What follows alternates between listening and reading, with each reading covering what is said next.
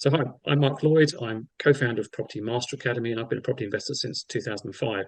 And I'm lucky to be joined today by Mo, who's been on our mentorship program for the past year. So I just really want to ask Mo kind of his experiences and how he's got on. But perhaps before we do that, Mo, you can tell me where were you before you actually joined PMA, before you met us? Yes, of course. So prior to joining PMA, I was a full-time VAT manager in an accountancy practice up in St. Paul's. So it was really intense. Typical wake up at 7 a.m., run for the train and work my ass off until 6, 7 p.m. and then go back home. And I delved into property by reading a few books. Started doing rent to rent. Took, I think it was about 3 rent to rents in my first year. And at that point, I thought, I want to make sure that I'm doing everything correctly. So I started looking at different mentorships, and so I came across PMA. I thought, this is probably a good opportunity for me to learn off those that have done it, where I want to be in a few years' time. So started to keep on touch with you, Mark. And yeah. So what was it that you came across us? I'm not sure how that was. Do you recall how you came across us, and what was it that made you interested in what we do? I think I first started off by listening to you on Clubhouse.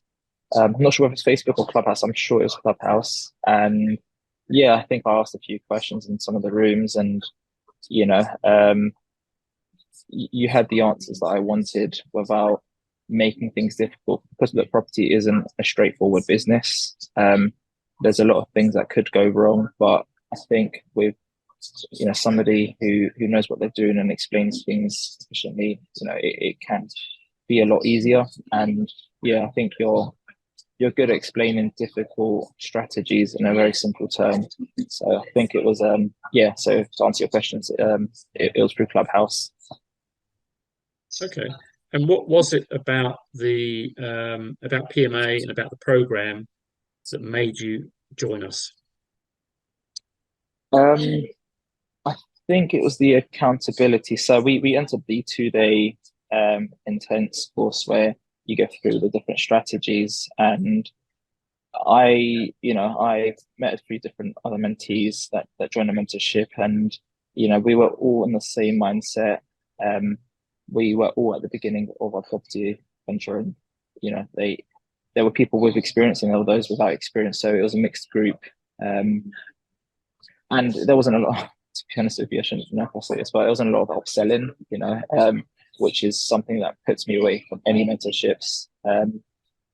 You gave it as it is. You discussed the different strategies, and I got along with you and Jackie, and I think that's always important with any mentor. You need to understand their training technique, and most importantly, you need to make sure that they know what they're doing, and you and Jackie certainly do.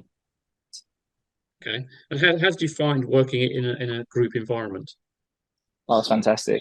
Um, it's more the accountability. Each week when we'd meet up, it was almost like a friendly competition.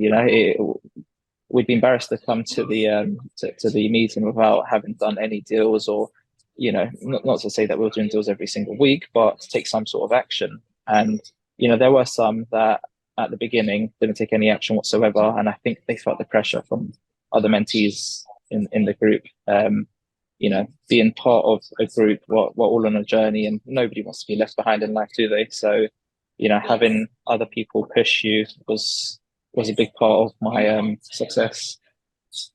Okay. Yeah. I mean, we let everybody go at their own pace, and as you rightly say, I mean, it does watching others come into the room, and I think I personally, I don't know about you, but I find it really inspiring when I listen to you guys talking through some of the stuff Oh, you've been working on. absolutely, absolutely. Okay, so you signed up to the mentorship. So what happened next? So I think my first deal was an assisted sale. Um, so we learned the different strategies, and it wasn't that we'd go online together and have a look at deals. It was, these are the strategies. What are you currently working on? And I think I was in discussion with an owner at the time, and it ticked all the boxes for an assisted sale. So that was my first deal. Um, since then, I've I then started networking, following your advice on, who to speak to, where to go, raised my first private finance, and then used those funds to purchase a flat in London with a short lease, which we've since extended and refinanced out. I also tripled the amount of rent-to-rents that I had. So prior to starting the year, I think it was 3 or 4. I want to say 4 rent-to-rent. And since then we've got an additional 12. So it's really helped the business in terms of cash flow, because I've been able to use that cash flow to service the interest for the private finance, as well as service the bridging loans that we've got with some of the other purchases. So from a very high level, we acquired 3 properties, one in my sole name, one as a joint venture, and one with my wife.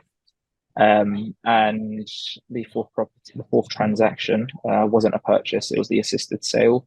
So I never owned the property, but I managed to benefit from the capital appreciation, which I forced through extending the lease and refurbishing the flat. I sold my first deal, so I started deal sourcing. Again, I didn't really see the benefit of deal sourcing before during the mentorship, but you told us, you explained the benefits of doing deal sourcing. And it can be a business in itself, or you can do it alongside your other deals, and that's what I've done. I haven't made it my sole business, but I've been able to do it as part of my the wider business. I think, yeah, so it's been a pretty intense year. The most important part is I managed to leave my full-time job back in September. And I guess up until that point, I didn't really consider leaving my job. But the way the business grew, being part of the mentorship, it just wasn't viable, me having to go to my 9 to 5 as well as run my letting agency business and doing flips on the side.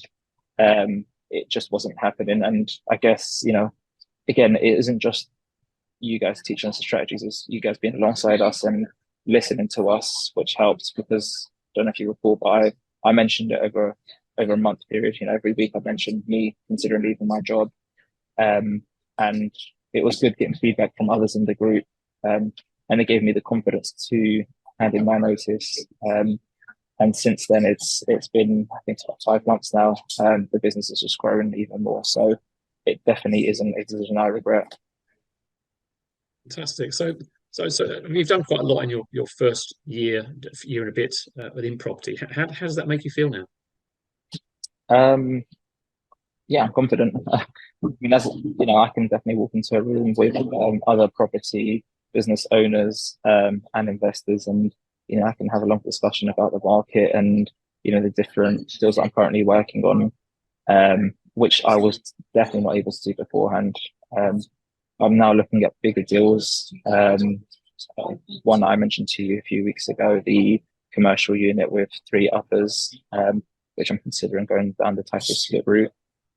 So I'm arranging a viewing with the auctioneer, and that deal's in excess of £1 million. So, as you always said, it's only an extra zero. So it's 100 grand or £1 million, it's just another zero. If the deal stacks, the deal stacks, then I've run through the numbers, and it would be a good deal, whereby I should be able to pull out most of the money on the refinance. But this is just a small part of my journey. And yeah, I didn't think I'd be where I am today without being part of the mentorship. Okay, fantastic. So just going backtracking a little bit, do you want to just talk us through the assisted sale you did? Because you mentioned that a couple of times. Yeah, do of you want to course. talk through some of the basic details about it? Yeah, certainly. So it had a low lease, and the owner, he was asking for about 190, but after taking into consideration all the other expenses that I would have had to incur, such as the stamp duty, the solicitor fees, the interest on the bridge, it just wasn't stacking. So I put an offer in at 160, and he wasn't happy with the offer. So I explained the rationale behind my offer and left it at that. And then I think we had our mastermind day in Hilton Hotel, and I then thought to myself, actually, wait, assisted sale might be the best route here. So I went back to him and said, look, rather than me purchasing a property and incurring all these fees, I'm happy to extend the lease myself and carry out a light refurbishment, and I'll be able to offer you 210, which is around 20 grand more than he was asking for. So we got the agreement all written up as per your suggestion, went through the solicitors, and yeah, so I had 12 months from the date of the agreement to refurbish the property and put it back on the market.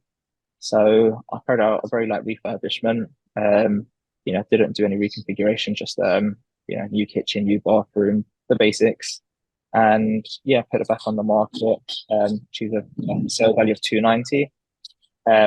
So he was, he was happy. He received 20 grand more than he was asking for, and I benefited from the profit after the lease extension, paying him the 210, and the refurb, which I think at the time came up to about 12 and a half. So it wasn't a major refurb. But yeah, I can definitely see the benefit of doing that. It's something that I'm now looking at doing alongside my other deals. And funny enough, I was actually on the phone this morning to another landlord who's in the exact same position. So there could be another assisted sale there. Okay. And was this an on-market or off-market deal? It was on the market. It was on the market. That one is on the market, yeah. The one I was speaking to this morning was off market, but yeah, that one is on the market. But it's just it ticks all of the boxes for an assisted sale. So it's just looking at the pain point of the owner and what you could do to help them out whilst benefiting yourself. And in that position, he wanted more than any investor was looking to pay. And he didn't have the money for the refurbishment, which again is also a very key point in any assisted sale. If they've got the money, they do it themselves. But unfortunately, he didn't. So I was there to help him out. Okay, great. Right, so you've got to virtually the 12-month point now in the mentorship. What's your plans for the rest of 2023? Because we just started 2023, so we're early in January now. What's your plans for the rest of 2023?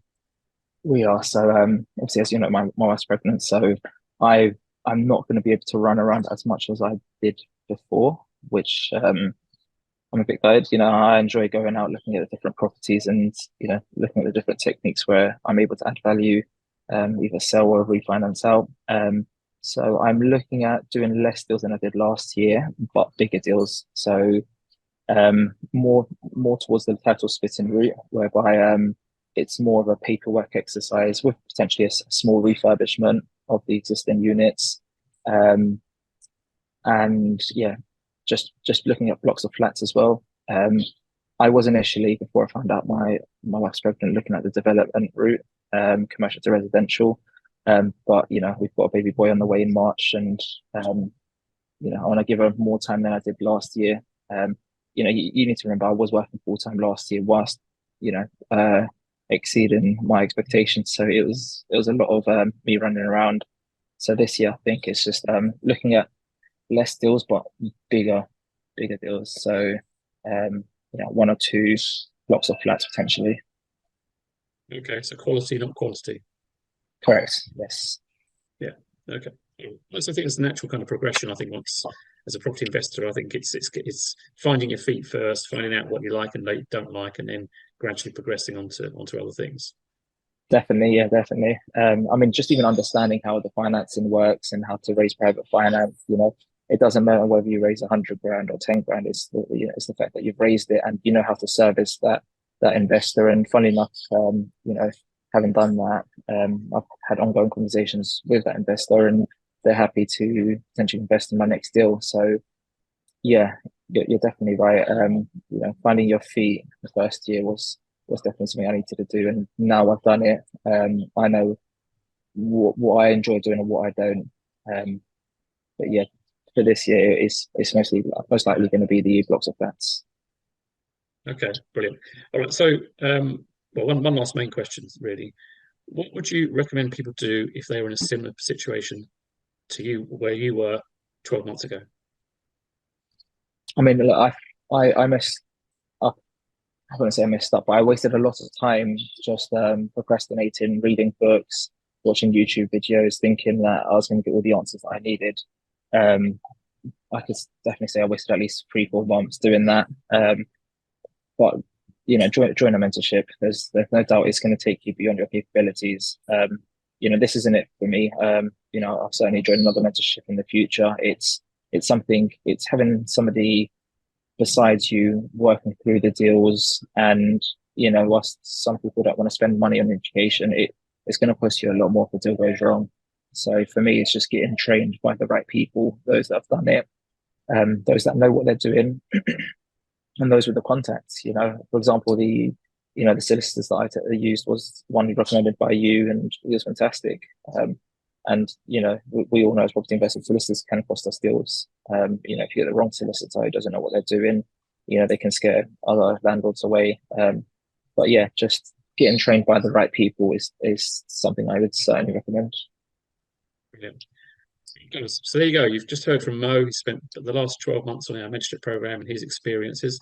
And if you've liked this video, then please hit that like button and also subscribe to our channel so that you get notified as other videos get uploaded each and every week.